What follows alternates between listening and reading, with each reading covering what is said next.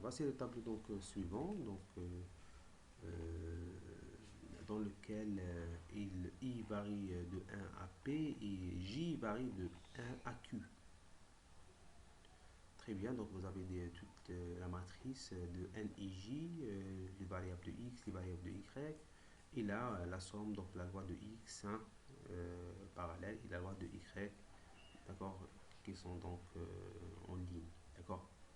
Très bien. Premièrement, donc démontrer que les sommes des fréquences marginales sont égales à l'unité. Ça veut dire est égal à 1. La somme des fréquences marginales sont égales à 1.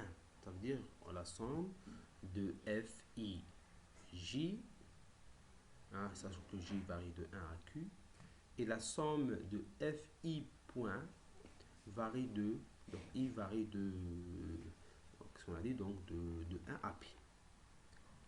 Alors, tout simplement, il faut développer cette formule-là. Alors, on va voir. Premièrement, vous avez donc la formule suivante. La somme de FIJ, donc ce sont les fréquences marginales, d'accord, les fréquences marginales FIJ, d'accord, qui sont liées à NIJ. Alors, FIJ est égal à combien?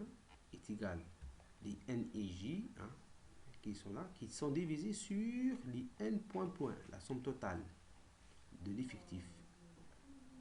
D'accord. Puis, le N point P c'est une valeur constante, donc elle va sortir de la somme. Donc, il ne reste que la somme de NIJ. Et la somme de NIJ est égale à quoi? De 1 à Q est égal à N point point. 1 point point sur 1 point point est égal à 1. D'accord? Très bien. La somme maintenant, pareil pour le deuxième cas. La somme de FI point, sachant que I varie de 1 jusqu'à P, donc ça donne quoi? Dans la somme de NI point sur N point point. NI point, NI point sur N point point. Alors, comme le N point point, donc c'est une constante pour nous, ça va sortir de la somme, ça va rester donc la somme de NI point, de 1 jusqu'à P.